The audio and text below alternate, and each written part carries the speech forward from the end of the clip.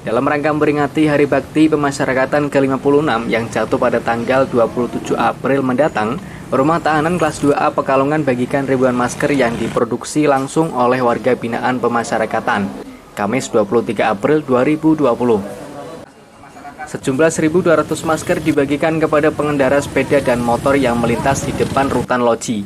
Tidak hanya masker yang dibagikan, juga penyemprotan disinfektan kepada pengendara motor dan sepeda. Kepala Rutan Kelas 2A Pekalongan, Anggit Yonggi Setiawan mengatakan, sebagai bakti kepada masyarakat di tengah pandemi ini, kami berusaha ikut serta memutus mata rantai penyebaran virus corona COVID-19 dengan memberikan masker buatan warga binaan kepada masyarakat. Kegiatan bakti sosial ini berdasarkan surat edaran dari Direktorat Jenderal Pemasyarakatan yang menginstruksikan kepada seluruh rumah tahanan untuk membuat masker yang melibatkan warga binaan. Dalam rangka memperingati hari ulang tahun pemasyarakatan ke-56, kebetulan yang kita bagikan adalah masker hasil karya warga binaan pemasyarakatan Rutan Pekalongan. Kemudian untuk rangkaian kegiatan di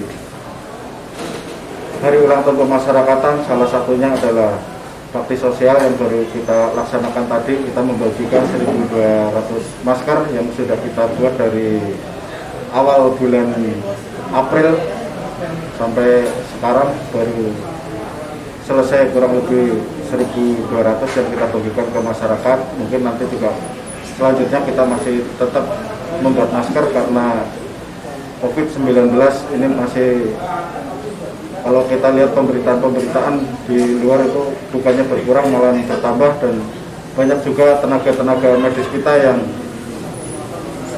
sekarang terinfeksi atau terkena. Kalau kita lihat dari mulai hampir dari seluruh perawat di RSUD baik di daerah maupun di tingkat pusat itu terkena. Dari kita, dari warga binaan khususnya dari Rutan Pekalongan juga membuat hasil karya berupa masker untuk dibagikan ke masyarakat. Nanti juga tidak hari ini aja, mungkin nanti juga kalau kita sudah berkumpul banyak, kita juga akan membagikan kembali, karena sehari kurang lebih kalau warga binaan kita bisa menghasilkan kurang lebih 75 buah. Jadi karena kita juga yang punya keahlian terbatas, jadi kita bertahap, kita juga masih kita cuci lagi, kita bisa isi di maskernya, bisa kita isi tisu, nanti tinggal dari masyarakat nanti mau berapa lapis itu kita serahkan ke mereka. Untuk inisiatif dari ide ini dari mana, Pak?